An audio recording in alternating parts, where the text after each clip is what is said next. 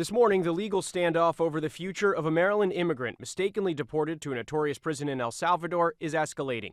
El Salvador's president, Nayib Bukele, at the White House yesterday refused to return Kilmar Abrego Garcia to the United States. How can I return him to the United States? Like I smuggle him into the United States, or what do I do? Of course, I'm not going to do it.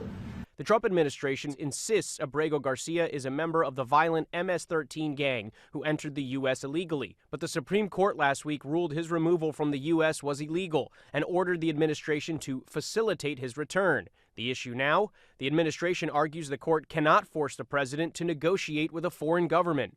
That's up to El Salvador if they want to return him. That's not up to us. Abrego Garcia's lawyer insists the U.S. government does have the ability to bring his client home. What we're asking is exactly what the Supreme Court told them. Let's facilitate his return.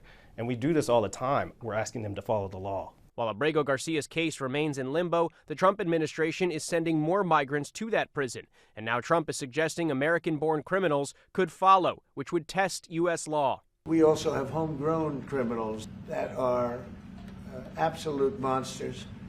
I'd like to include them in the group of people to get them out of the country, but you'll have to be looking at the laws on that. Before reporters and cameras were allowed into the Oval Office, a member of the Salvadoran delegation was live streaming, and Trump can be heard on that live stream saying, quote, homegrowns are next. The homegrown, suggesting Bukele needs to build about 5 more prisons. Under President Bukele, El Salvador declared an emergency in 2022, allowing for mass arrests with no due process.